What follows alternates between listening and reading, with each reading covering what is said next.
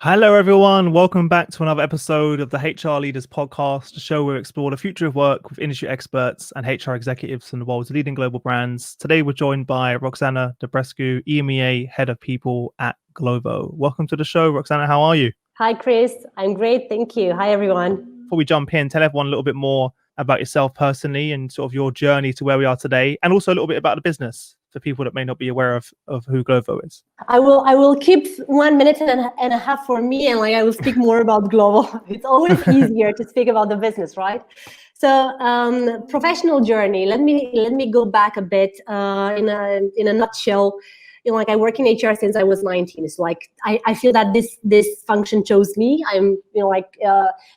I feel quite comfortable here, maybe quite too comfortable from time to time. I was working in different industries, right? I started with the NGO, I moved on to IT, to FMCG, social selling, pharma, and now I'm working in tech with Glovo, which is amazing. Actually, 4 years ago, I took the decision of embracing an international career because it was like at that point in time I was speaking with my mentor, and I clearly remember his words, Roxana, you will never be a state-of-art HR professional if you do not embrace differences. If you cannot work with diversity, if you don't understand inclusion, by definition, you cannot, while sitting, comfortably on your couch or in your office in your home countries, you need to move on, you need to experience. So at that point in time, I said, yeah, let's do it. I took my family and we moved to Mauritius, a beautiful country in the Indian Ocean. And that was my life for 3 years. I worked with Aspen Global Incorporated in the pharma industry as the head of HR.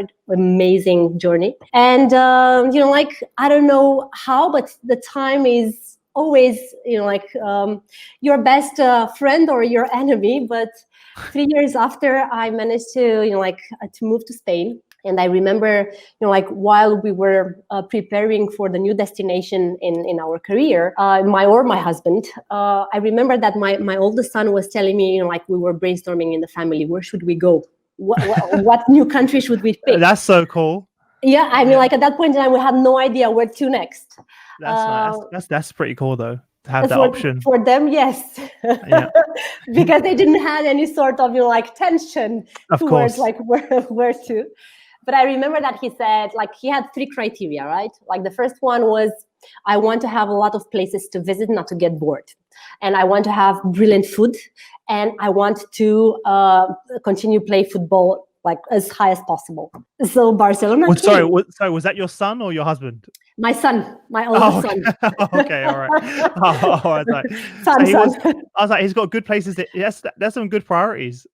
What's there? I'm on the bucket list, I managed to take all of them.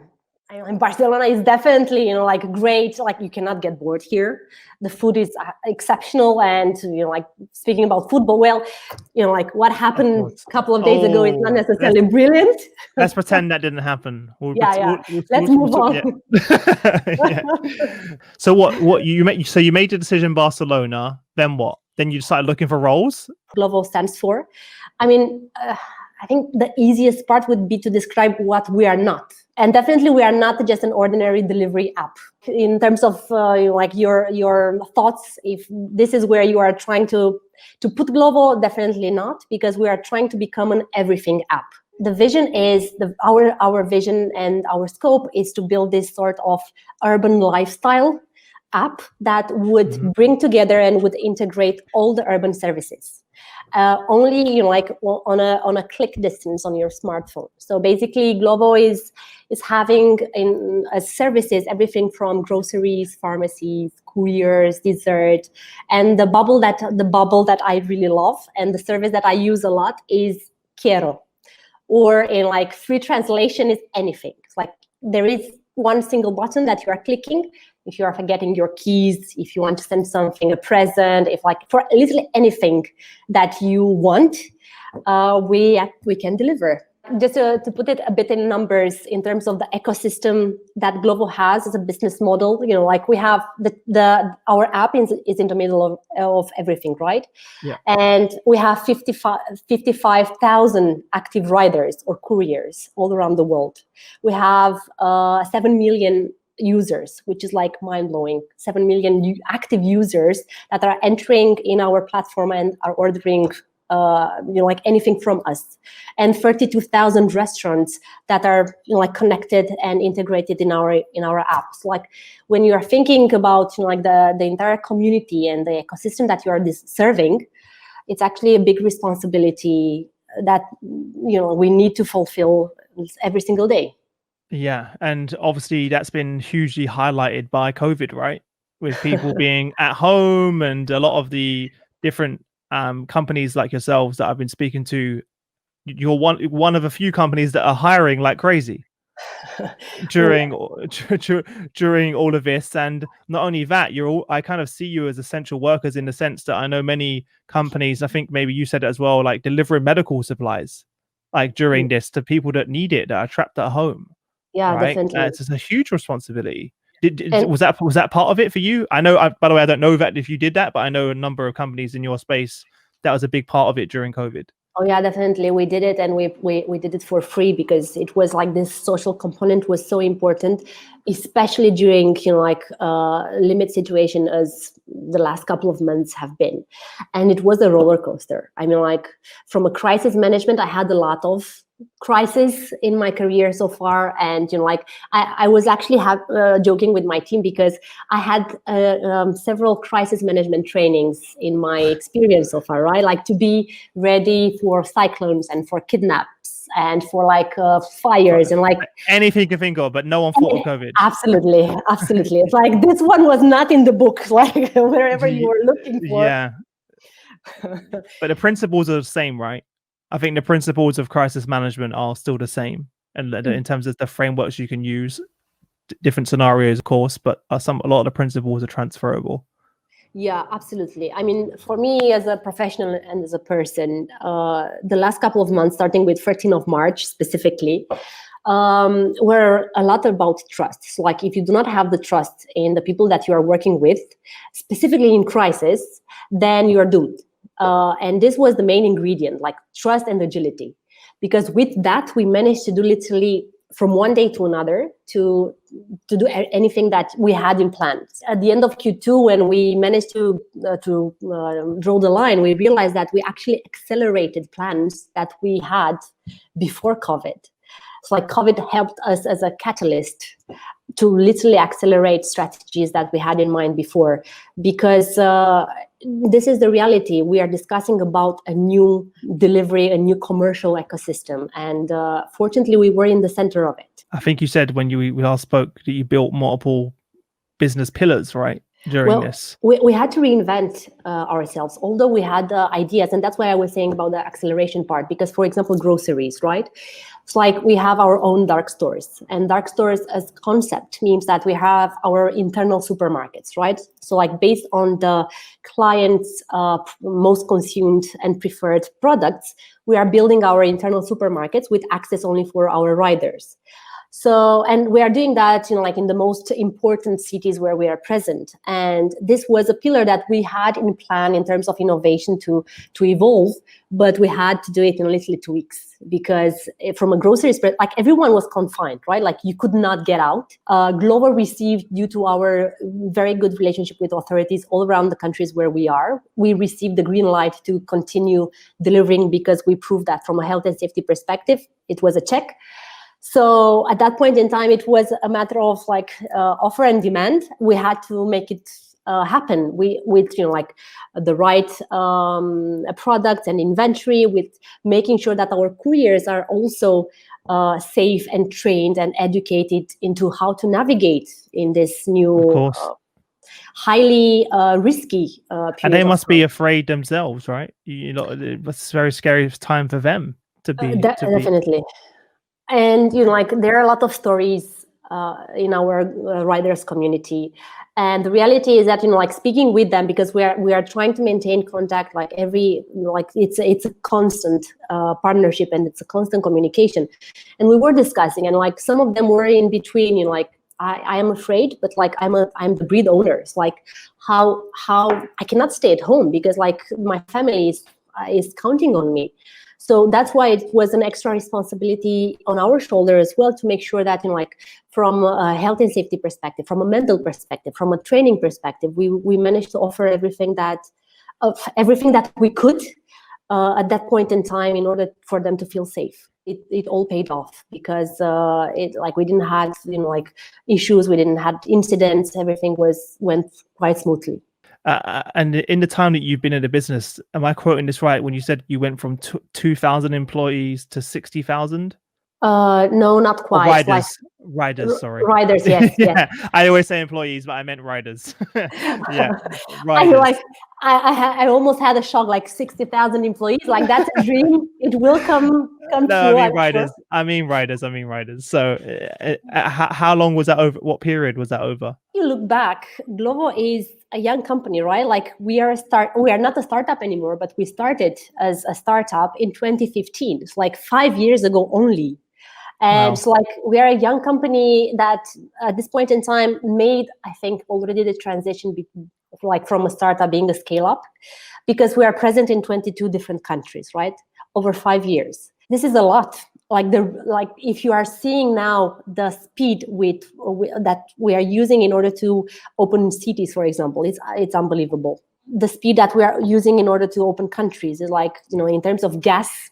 And gas is one of our core values. Gas being translated in terms of the speed, the ownership, the agility that we are operating. It is quite nicely onto the topic then, right? Obviously, we're talking about how you messaged me, how do you keep the local mojo when standardizing and expanding across obviously to a global footprint? How have you managed to do that? Keep the essence of what is Glovo at the heart whilst expanding across multiple regions, cultures, countries. How have you managed to do that? I truly believe that it's a journey in progress, right? It's definitely, in terms of how to improve, always we have ways on fine tuning it and making it better. And this is a professional effect that I have. And if you're asking my husband, you'll see that it's a personal one as well. I'm first seeing what we need to improve. And after that, I take a step back in order to acknowledge, oh my God, the progress and the evolution that we have at this point in time. But the reality is that I truly believe that this is one of our competitive advantages. The fact that we are keeping the local flavors and we know how to put the global business model on top while making sure that we customize a lot on the local specificity. What do you mean by that? What are some examples? What do you mean by that? We are present in Kenya, right? Yep. And I'm picking Kenya, but I can discuss about any other country because they're all very close to my heart. And at the end of the day, the success of the markets is my success having this regional scope. But in Kenya, we were having a lot of discussions and debates around the delivery time, because delivery time for Glovo and for any delivery app, it's extremely important, right? It's a pillar of the customer satisfaction. In order to have the competitive edge, we are always trying to improve the timing and the delivery time. And last year in October, I traveled to Kenya and I met the team, and it's a sensational team dynamic and everything that's going in there. And I realized from the ground what they were discussing about, because from global we were trying to push for this delivery time to decrease. From the local side, the team was telling, but we cannot do that. From a cultural perspective, in order to cook a dish in Kenya takes 1 hour. Because those are we are not discussing about big chains of restaurants or Michelin or restaurants with great reputation. It's not fast food, right? So it's exactly, that's the beauty of the Kenyan dish, the fact that it's slow cooked and they are putting a lot of patience in how they are mixing the ingredients and in every stage of the cooking part. And I had to go there and to see it and to witness myself. And after that, we managed to all together to discuss and decide that, hey, okay, while we are going to still push for this, we are going to do it under these parameters, because in order to keep the local essence, we are going to ring that, or we are going to discount restaurants that are actually super important in the Kenyan industry, in the Kenyan food industry. So that's one example of, okay, we are taking a step back because this quality part, it's very important for you as a market. That's a great example. Out of all the things that you were about to say that I thought you were going to say, that there's too much traffic or there's, I don't know, multiple reasons why the food wouldn't get there, I was not expecting you to say because it takes the amount of time to cook the food, which makes complete sense. But what are some other examples? Maybe Poland. I can give you an example from Poland. Yeah. Yeah, because like Poland, it's one of the latest markets. Well, now we like in Poland, we are celebrating 1 year already since Glovo Poland is present. But in Poland, we had acquisitions. Like we acquired Pizza Portal, which was a company, a delivery company in Poland, quite established one in Poland. At the moment when I joined Glovo, it synchronized with the moment when we launched the country. So like I was in charge from a people perspective, working on the project, and it was sensational. But the reality was that usually, and I was not aware about that, whenever we are expanding, we have some times in terms of, okay, like we do the due diligence, and after that we are already reaching out to the network, and like we are having the marketing campaigns, etc. Like it's the project plan. In Poland, this was not necessarily according to the project plan, because like the culture was different. So like whenever we were discussing with the people that we acquired, like they needed, from a change management perspective, a different curve time in order to absorb everything, to absorb us as a culture, as values, which were quite different versus Pizza Portal, the company that we acquired.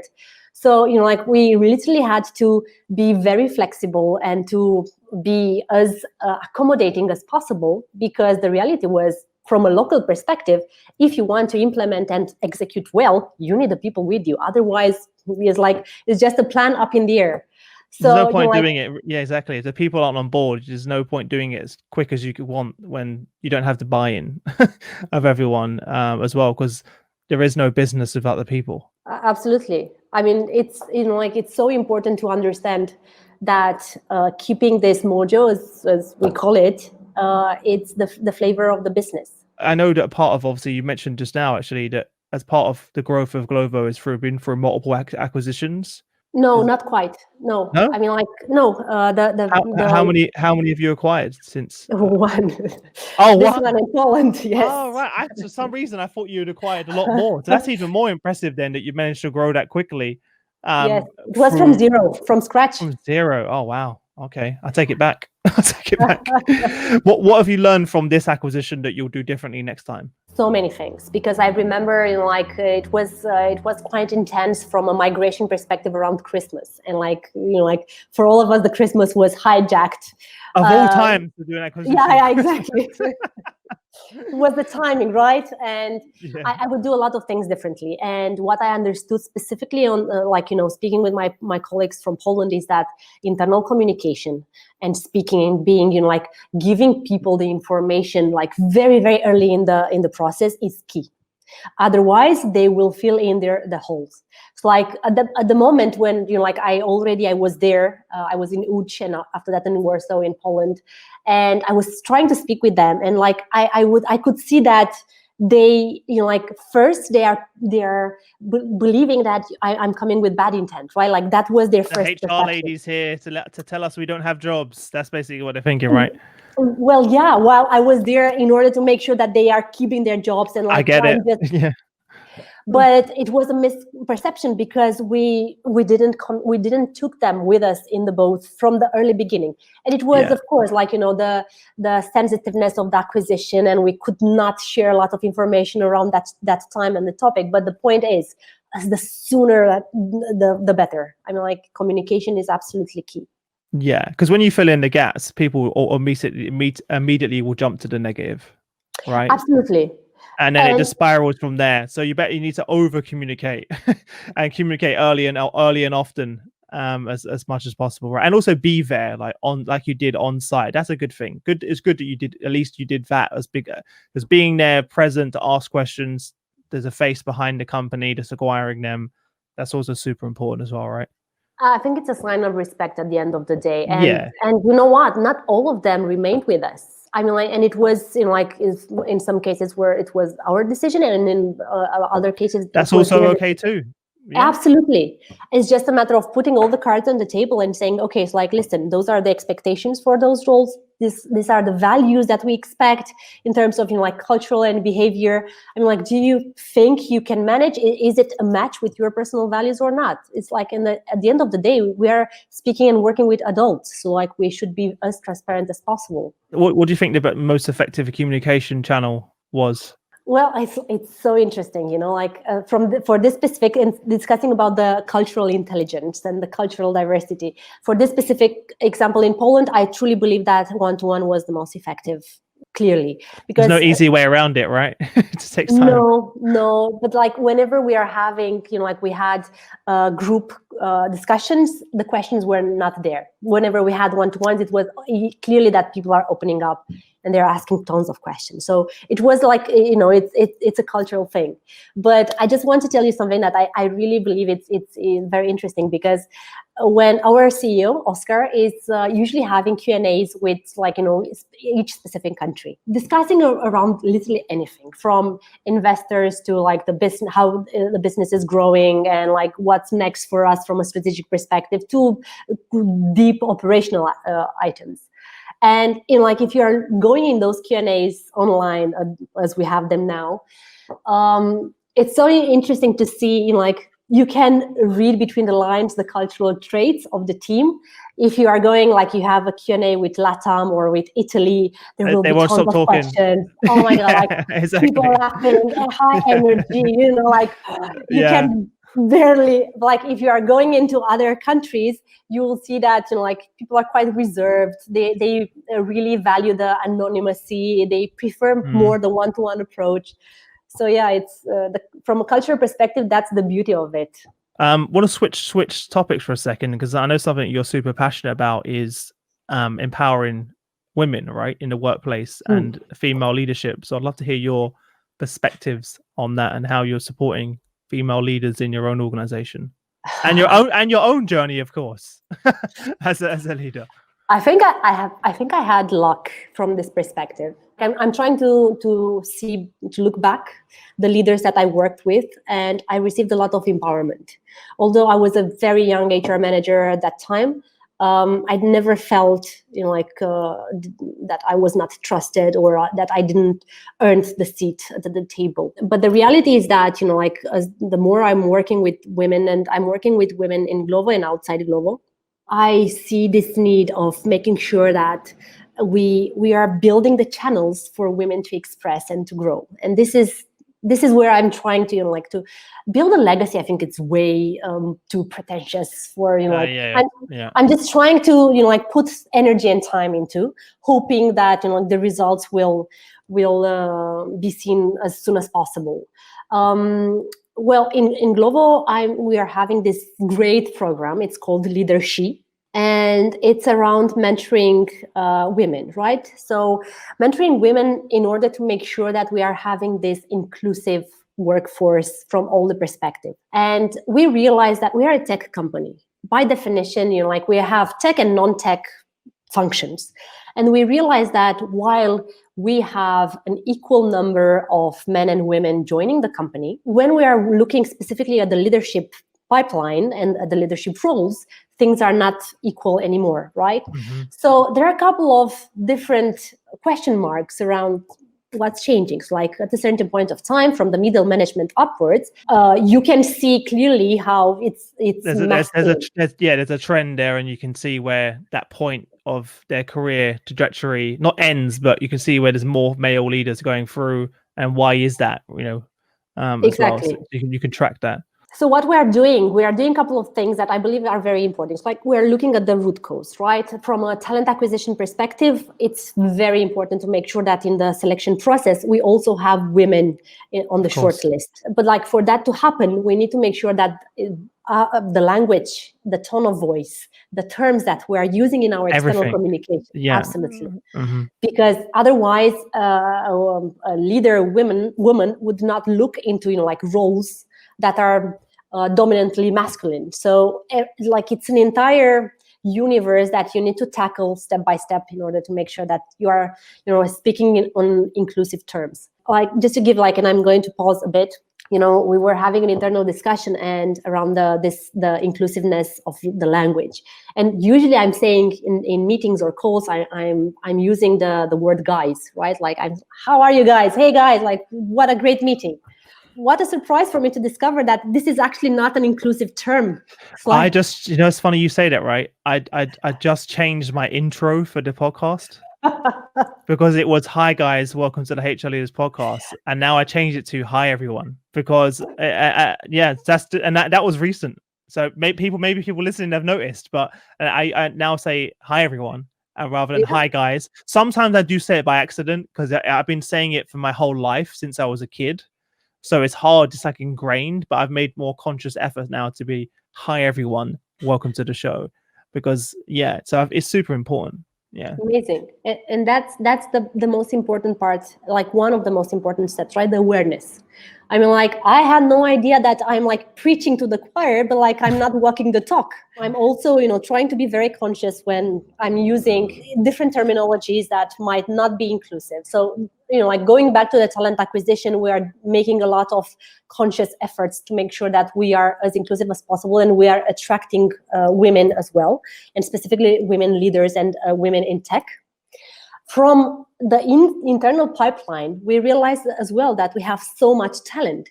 So like, how can we untap it? How can we support our women to feel that they are growing, that they are strong enough and capable enough to take over new roles? Because what we discovered was that it's in the internal promotion, people are applying. And when you are looking at the internal applications, you'll see that there are way more internal applications of men versus women. So, like going back on the logic of that, like, why aren't you applying? And I'm not ready. I don't think I have the skills. Like they are, the imposter syndrome as well. Exactly. Speaking about the qualifications for the job, they are not seeing how we are seeing them.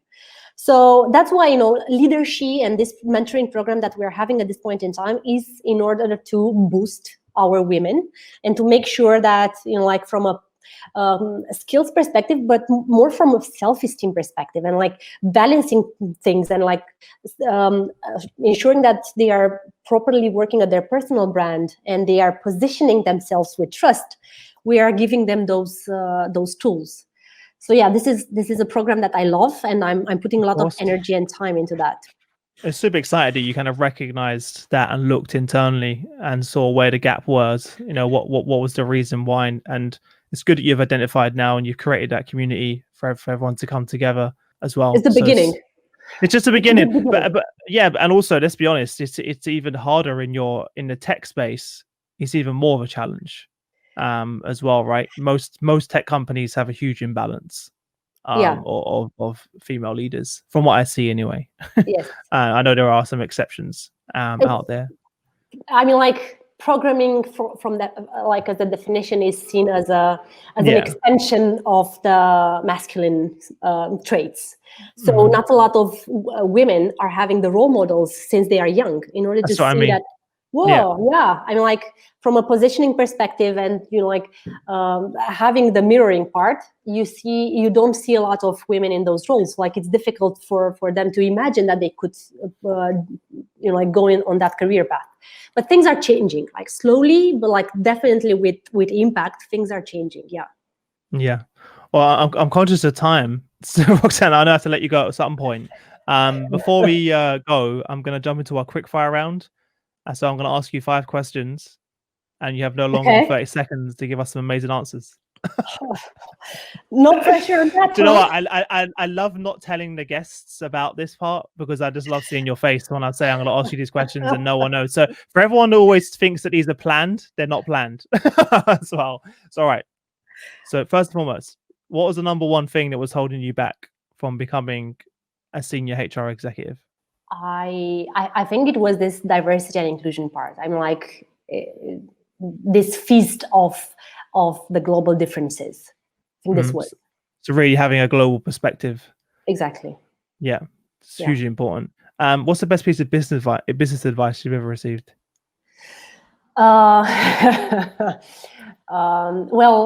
yeah, the best one was that I have to listen first, because like it's a good piece of advice. It's true. like if you are looking at my insights profile, and like for the people out there who don't know what is that, it's just a psychometric, like based on 4 different energies that every one of us has. But like every individual has 1 or 2 dominant ones. So like mine is fiery red. So like I'm 93% red, which means by definition that I speak a lot. Really, we had no idea, Roxana. From the people that are on the podcast, have no idea what you're referring to. but also comes with, like if I speak a lot, by definition, listening might not be necessarily my natural skill. Of course. So like this was definitely one of the best business advices that I received. At like first, in order to take any clear helicopter view decision, first listen to everyone. Yeah, I think I share that with you as well. Don't worry. Because there's one thing to listen, but there's another one to be listening intently as well. And then listen, and even if you have the answer, just don't say anything. Just listen as well. So it's super important. What's one book you'd recommend to everyone, and why? Doesn't have to be HR related. Well, I'm okay. I'm going to share the one that I'm reading currently. Oh, great! Even better. So I'm reading Blink from Gladwell. It's the power of thinking without thinking. And basically the book is like, it's speaking about me. It's like I'm very much finding myself in the book, because it's around the intuition, right? And the power of intuition, and how this is like a gift and comes with experience, and how to use it as a tool. I feel that I am a highly intuitive person. So like this is a higher argument for me to use my intuition as a radar. And I highly recommend it. It's like full of stories. It's amazing. Cool. Well, definitely link that in the description for everyone.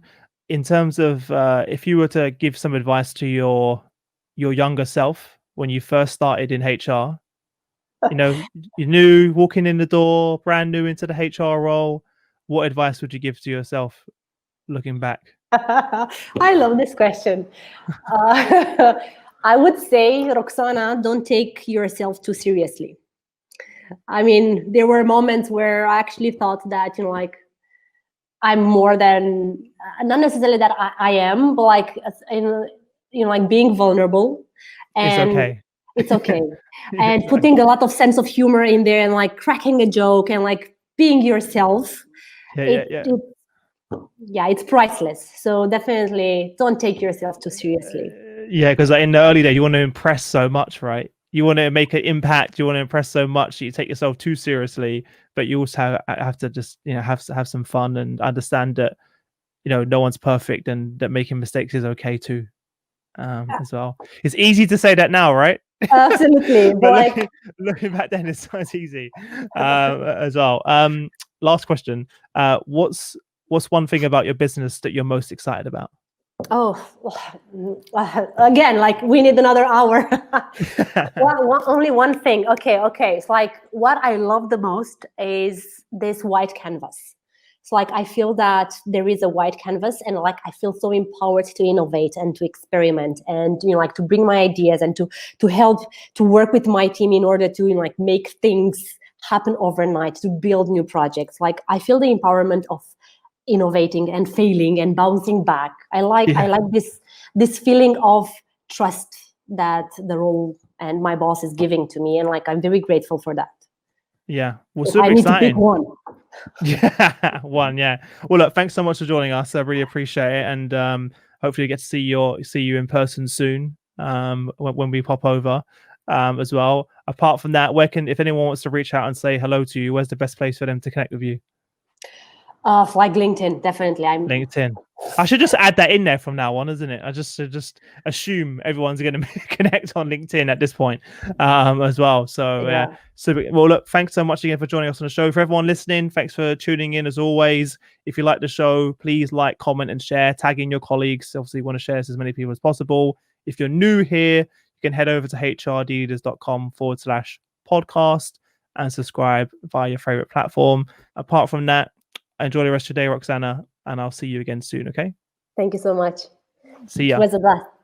Bye.